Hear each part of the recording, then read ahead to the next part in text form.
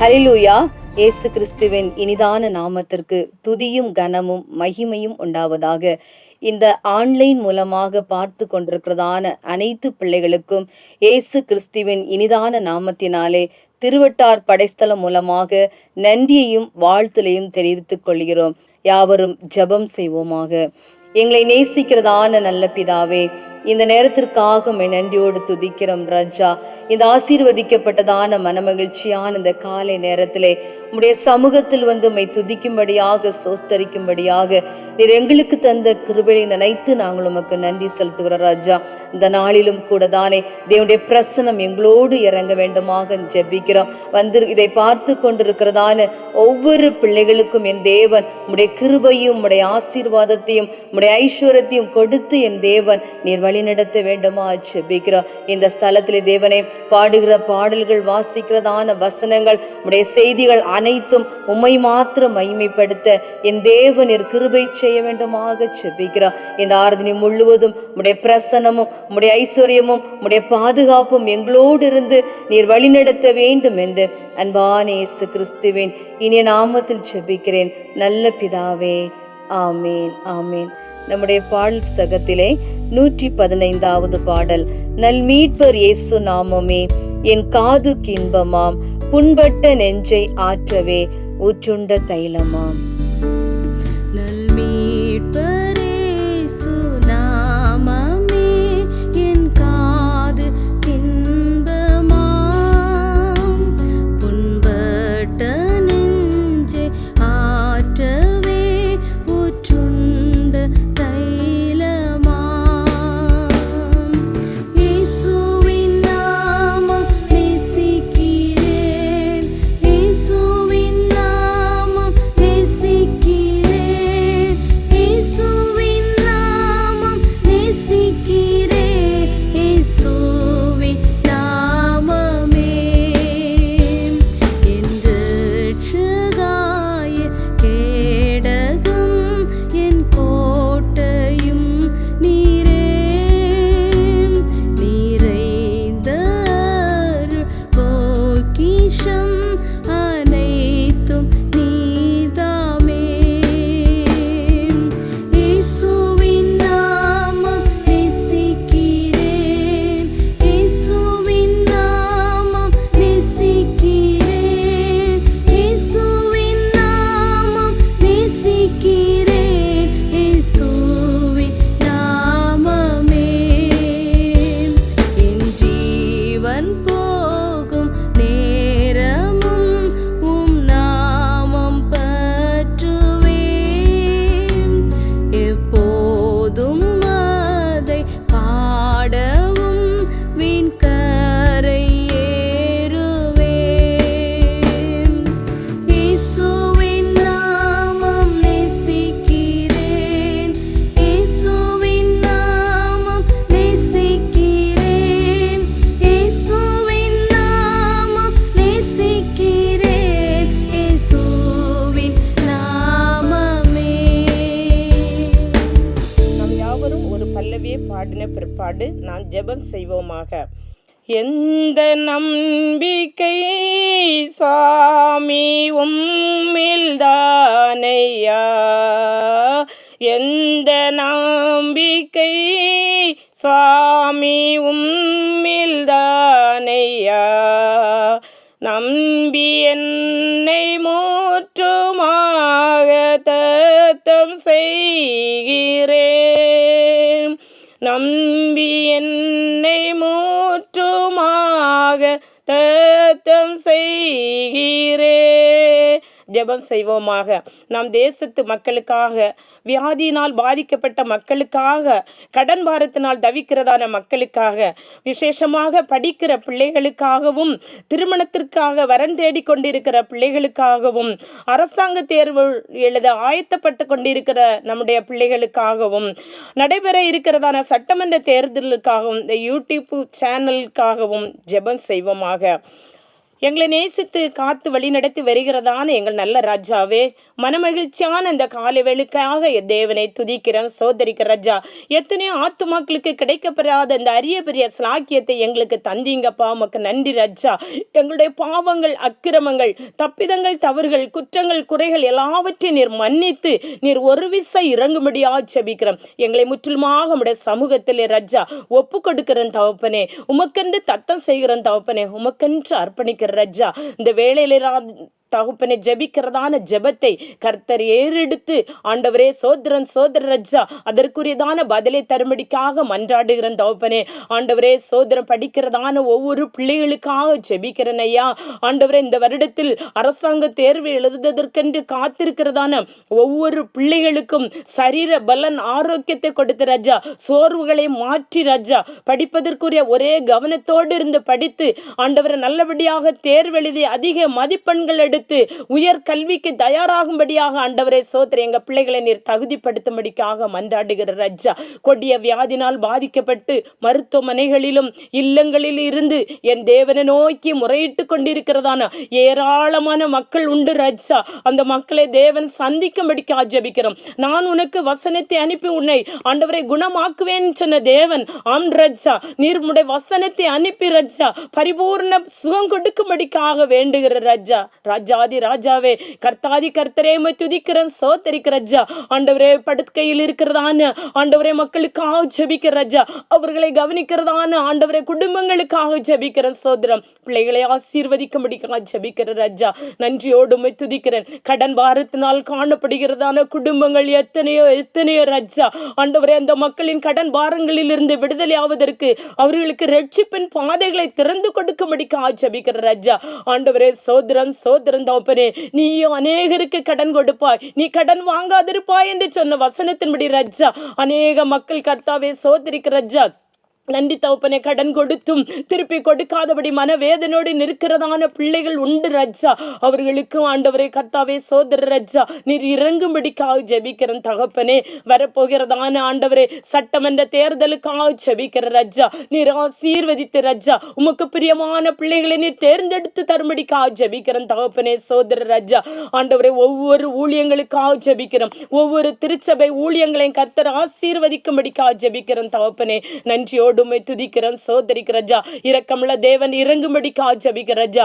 ஆண்டவரே சோதரன் சோதர ராஜா, தேசத்தில் காணப்படுகிற அநேக மக்கள் ஆண்டவரே சோதரன் கண்ணீரோடு பாரத்தோடு நிற்கிறதான இந்த வேளையிலே அவர்கள் கண்ணீரை துடைத்து அவர்களை ஆசீர்வதிக்க முடியாது ஜெபிக்கிறோம் ராஜாதி ராஜாவே. ஆண்டவரை இந்த யூடியூப் சேனல் மூலமாக பார்த்து கொண்டிருக்கிறதான ஆண்டவரை கேட்கிற உள்ளங்களுக்காக ஜெபிக்கிற ராஜா. இதை பொறுப்படுத்தி நடத்துகிறதான தேவ பிள்ளைகளை நீர் ஆசீர்வதிக்கும்படிக்காக ஜெபிக்கிறோம். மன்றாடுகிறேன் தகப்பனே, மன்றாடுகிறேன் தகப்பனே. கேட்கிற ஆண்டவர் எவனும் பெற்றுக்கொள்ள கடவன் சொன்ன வேத வசனத்தின்படி நாங்கள் கேட்கிறோம் தகப்பனே. அப்பா நீர் இறங்கும்படிக்காக ஜெபிக்கிறோம் ஆண்டவரே. குடித்து வெறித்து காணப்படுகிற வாலிப பிள்ளைகளுக்காக ஜெபிக்கிறேன் ஐயா. செல்லுக்கு அடிமையாய் காணப்படுகிற வாலிப தம்பி தங்கைகளை கர்த்தர் நீர் தொடும்படிக்காக ஜெபிக்கிற ராஜா. அந்த செல் அடிமையிலிருந்து விடுவித்து என் தேவன் யார் என்பதை அறிந்து கொள்ளும்படிக்காக ஜெபிக்கிற ராஜா. சோதரிக்கிற ராஜா நன்றியோடு துதிக்கிறோம். இந்த தருணத்தை கர்த்தாவே எத்தனை பேருக்கு கிடைக்கப்படாத தருணத்தை எங்களுக்கு தந்தீரே அப்பா, உமக்கு நன்றி நன்றி தகப்பனே. நன்றியோடு துதிக்கிறோம். கேட்டது சுருக்கம் கேட்க தெரியாத அநேக நன்மைகள் என் தேவனுடைய பாதத்தில் இருக்குது. எல்லாவற்றையும் ஆசீர்வாதத்தின் பாதையிலே தந்து வழிநடத்தும்படி மீட்பர் இரட்சகருமாய் இயேசுவின் நாமத்தில் வேண்டுகிறேன் நல்ல பிதாவே, ஆமேன். பரமண்டலங்களில் இருக்கிற எங்கள் பிதாவே, உம்முடைய நாமம் பரிசுத்தப்படுவதாக, உம்முடைய ராஜ்யம் வருவதாக, உம்முடைய சித்தம் பரலோகத்திலே செய்யப்படுவது போல பூமியிலும் செய்யப்படுவதாக. எங்களுக்கு வேண்டிய ஆகாரத்தை இன்று எங்களுக்கு தாரும். எங்கள் கடனாளிகளுக்கு நாங்கள் மன்னிக்கிறது போல எங்கள் கடன்களை எங்களுக்கு மன்னியும். எங்களை சோதனைக்குட்படுத்தப்படாமல் தீமை என்று ரட்சித்துக் கொள்ளும். ராஜ்யமும் வல்லமையும் மகிமையும் என்றென்றைக்கு உடையவர்களே. ஆமேன் ஆமேன். வாசிப்பதற்காக கொடுக்கப்பட்ட வேத பகுதி சங்கீதங்களின் புஸ்தகம் 138 அதிகாரம் வசனங்கள் 1 முதல் 8 முடிய. உம்மை என் முழு இருதயத்தோடும் துதிப்பேன், தேவர்களுக்கு முன்பாக உம்மை கீர்த்தனம் பண்ணுவேன். உமது பரிசுத்த ஆலயத்திற்கு நேராக நான் பணிந்து உமது கிருபை நிமித்தமும் உமது உண்மை நிமித்தமும் உமது நாமத்தை துதிப்பேன். உமது சகல பிரஸ்தாபத்தை பார்க்கிலும் உமது வார்த்தையை நீர் மகிமைப்படுத்தி இருக்கிறீர். நான் கூப்பிட்ட நாளிலே எனக்கு மறு உத்தரவு அருளினீர். என் ஆத்துமாவிலே பலன் தந்து என்னை தைரியப்படுத்தினீர். கர்த்தாவே, பூமியின் ராஜாக்கள் எல்லாரும் உமது வாயின் வார்த்தைகளை கேட்கும்போது உம்மை துதிப்பார்கள். கர்த்தரின் மகிமை பெரிதாயிருப்பதினால் அவர்கள் கர்த்தரின் வழிகளை பாடுவார்கள். கர்த்தர் உயர்ந்தவராயிருந்தும் தாழ்மையுள்ளவனை நோக்கி பார்க்கிறார், மேட்டிமையானவனையோ தூரத்திலிருந்து அறிகிறார். நான் துன்பத்தின் நடுவில் நடந்தாலும் நீர் என்னை உயிர்ப்பிப்பீர். என் சத்துருக்களின் கோபத்துக்கு விரோதமாக உமது கையை நீட்டுவீர். உமது வலது கரம் என்னை ரட்சிக்கும். கர்த்தர் எனக்காக யாவையும் செய்து முடிப்பார். கர்த்தாவே, உமது கிருபை என்றும் உள்ளது. உமது கர்த்தரின் கிரியைகளை நெகிழவிடாது இருப்பீராக. ஆமேன். தேவன் தாமை வாசித்த ஒவ்வொரு வார்த்தைகளினால் நாம் யாவரையும் ஆசீர்வதிப்பாராக. ஆமேன், ஆமேன். கர்த்தருடைய நாமம் பரிசுத்தப்படுவதாக. என்னை இங்கு சாட்சியாக நிறுத்தின என் தேவாதி தேவனுக்கு முதற்கண் நன்றியை தெரிவித்துக் கொள்கிறேன். நான் இப்போது என்னுடைய மகனுக்கு நடந்த ஒரு சாட்சியை நான் உங்கள் முன் பகிரலாம் என்று நினைக்கிறேன். என்னுடைய மகன் 2 வருடமாக நீட் எக்ஸாமிற்காக ப்ரிப்பேர் பண்ணி கொண்டிருந்தான்.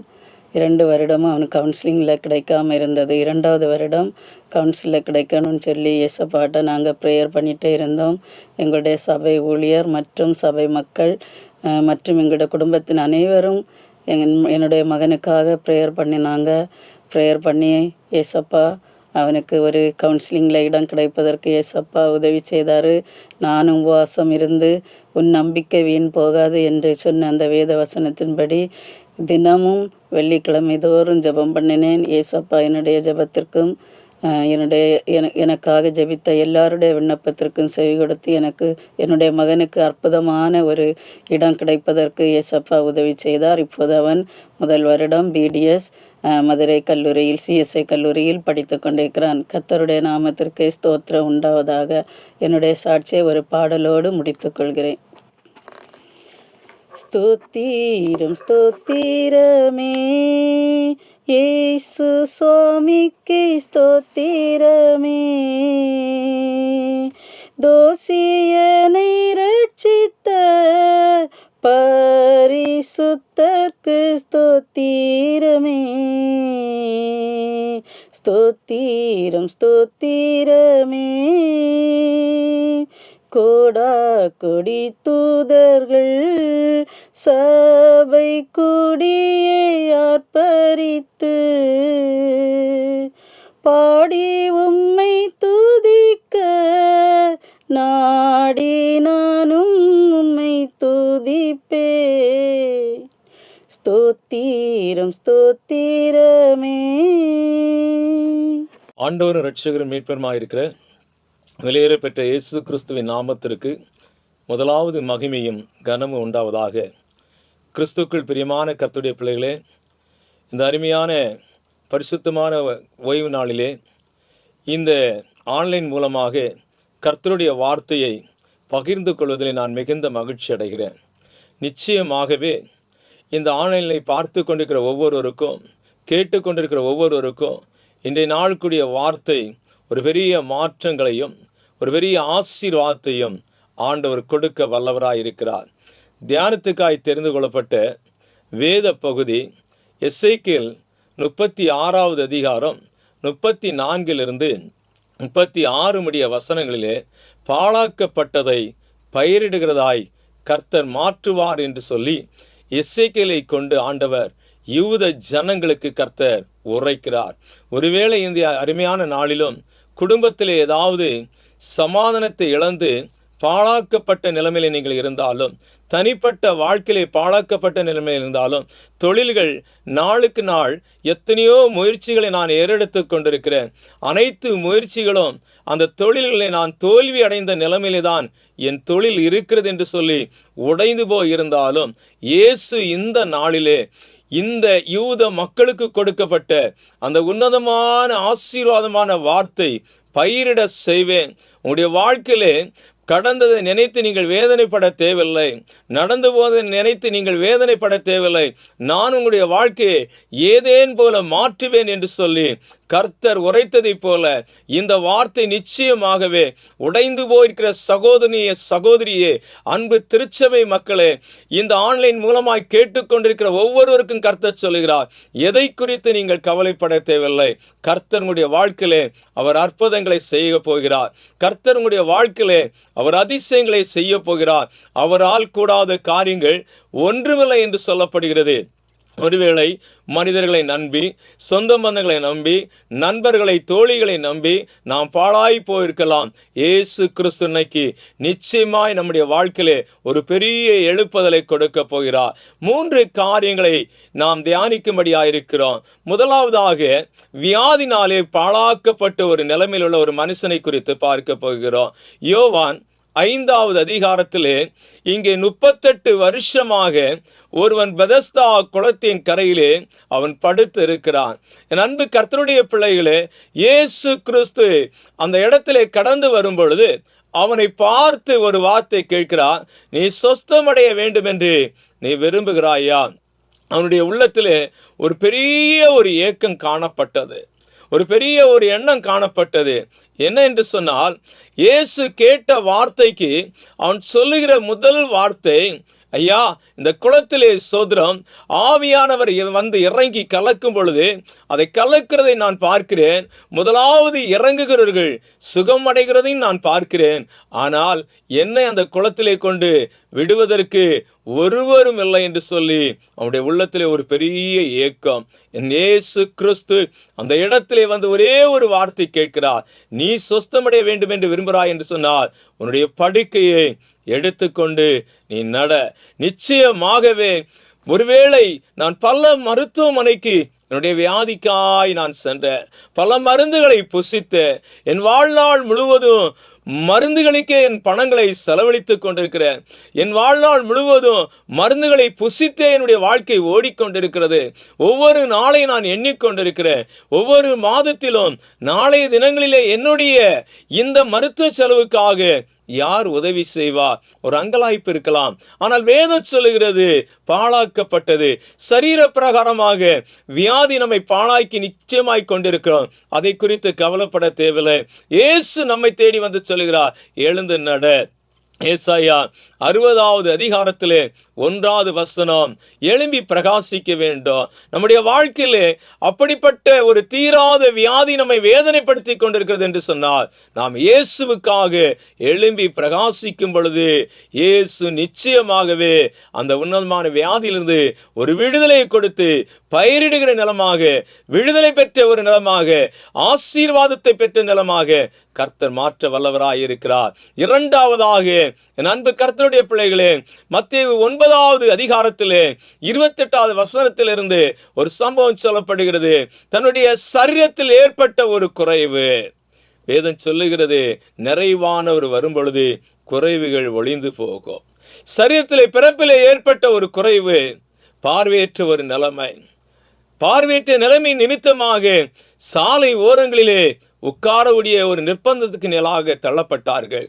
சாலை ஓரங்களிலே உட்கார்ந்து மற்றவர்களிடம் எனக்கு ஏதாவது உதவி செய்யுங்கள் என்று சொல்லி கேள்வி கேட்கக்கூடிய ஒரு நிலைமைக்கு, அவர்களை அழைக்கிற ஒரு நிலைமைக்கு, அவர்களை கூப்பிட ஒரு நிலைமைக்கு தள்ளப்பட்டார்கள்.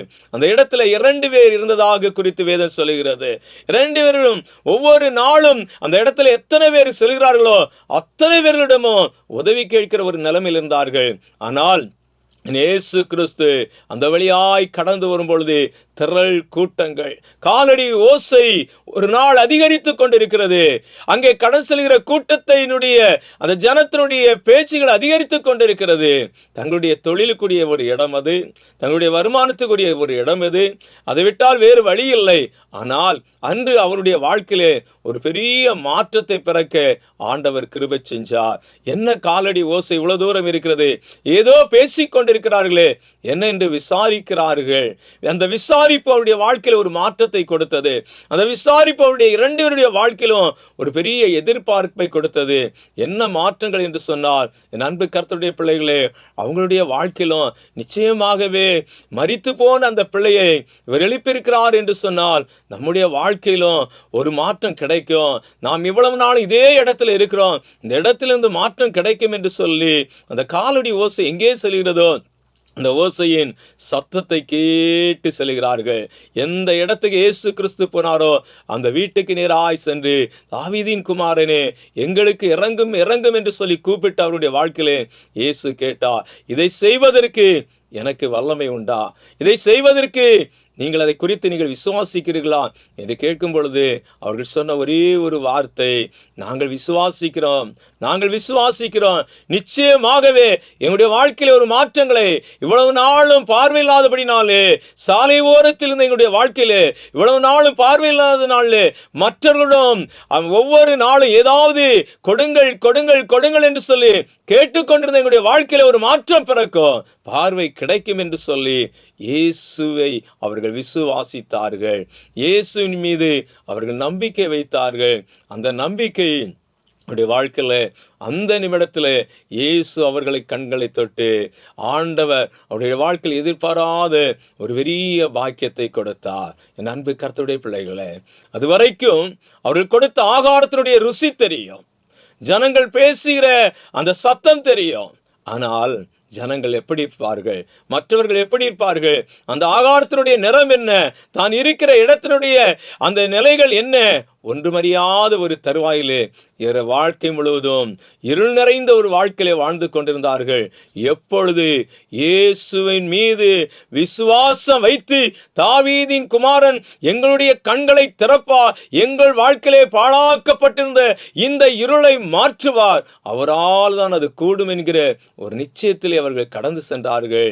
யாவரும் எதிர்பார்க்காத ஒரு பெரிய பாக்கியத்தை அவர்கள் பெற்றுக்கொண்டார்கள். மூன்றாவதாக அன்பு கர்த்தருடைய பிள்ளைகளே, ஆதியாகமம் 26வது அதிகாரத்திலே ஆபிரகாமின் நாட்களில் உண்டான பஞ்சத்தை அல்லாமல் வேறொரு பஞ்சம் ஈசாக்கின் காலத்திலே உண்டாயிற்று. ஆனால் அந்த வேத பகுதியிலே சொல்லப்படுகிறது, ஈசாக்கு விதை விதைத்தார், ஒவ்வொரு விதையும் 100 மடங்கு பலனை கொடுத்தது. காரணம் என்ன?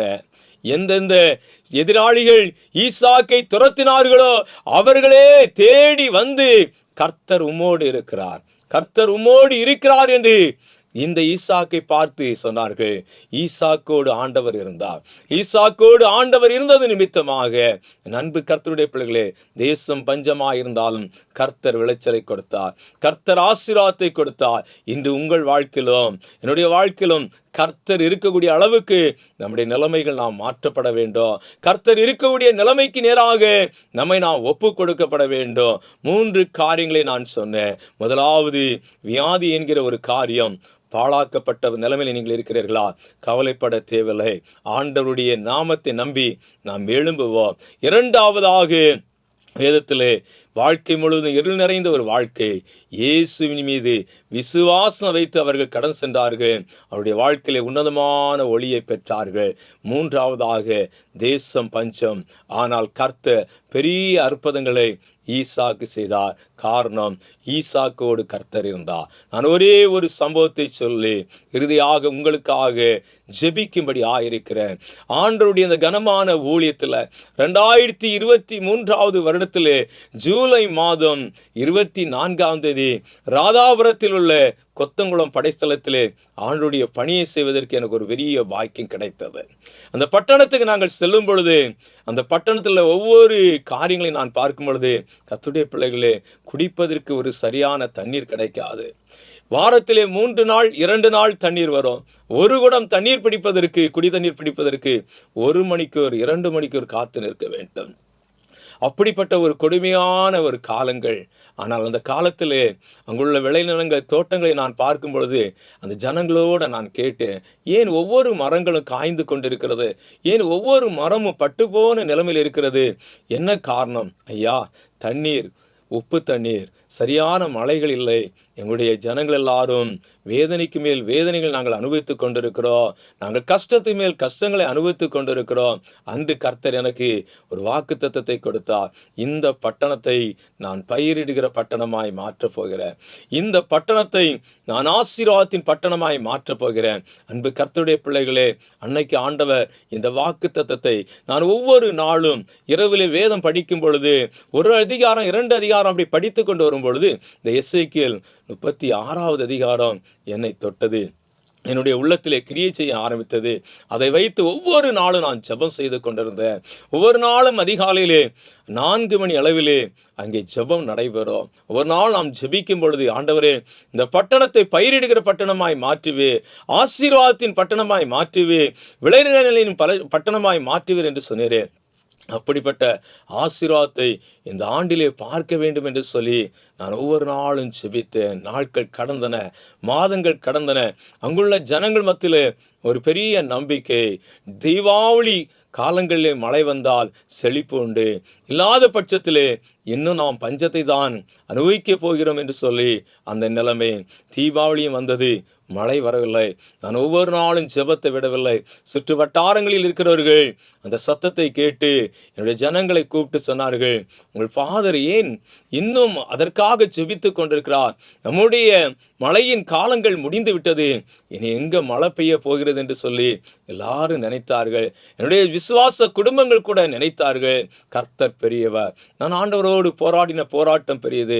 ஆண்டவரே, என்னை இந்த இடத்துல கொண்டு வந்தது உண்மை என்று சொன்னால் எனக்கு இங்குள்ள கிணற்றுகளில் தண்ணீரை பார்க்கணும், குளங்கள் நிரம்பணும், ஆறுகளில் தண்ணீர் ஓடன்னு சொல்லி வைராக்கியமாய் ஜெபித்தேன். டிசம்பர் மாதம் 17ஆம் தேதி ஞாயிற்றுக்கிழமை ஆலயத்திலே ஆராதனை நடத்தி கொண்டு இருக்கும்போது அப்படியே என்னுடைய இடது பக்கமாக இருக்கிற ஜன்னங்களை பார்க்கும் பொழுது அப்படியே ரோடுகள்லேருந்து தண்ணீர் அங்கிங்கே ஓடுனதை பார்த்தேன்.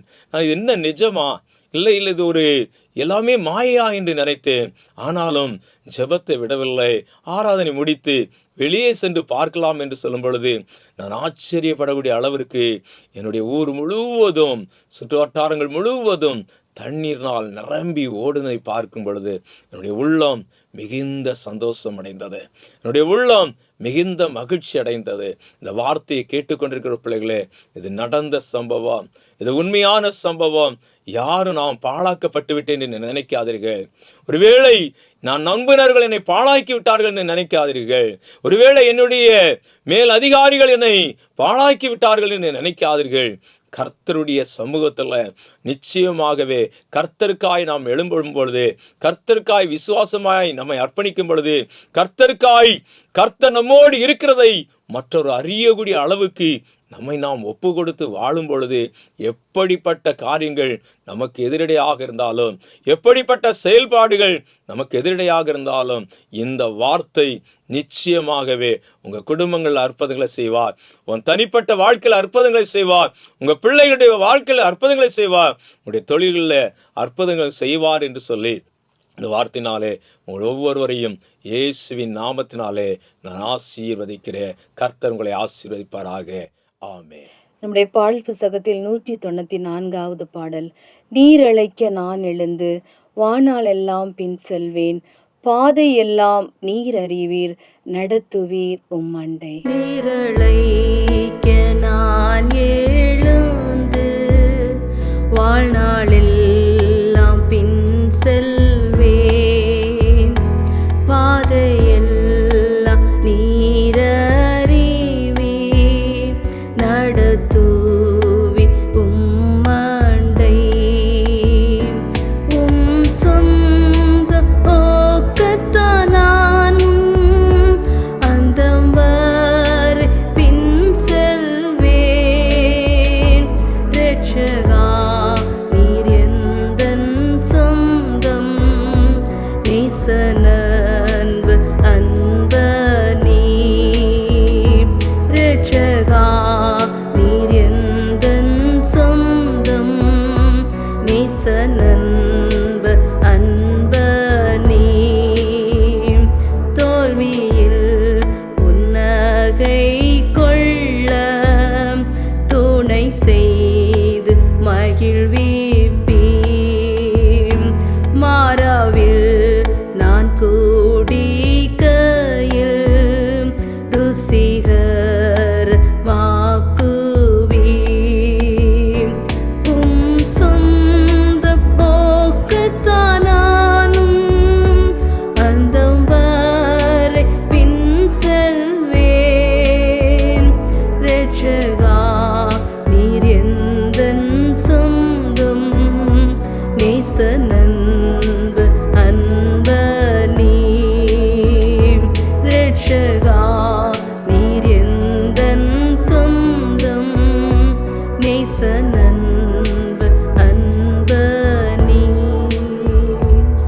யாவரும் ஜெபம் செய்வோம்.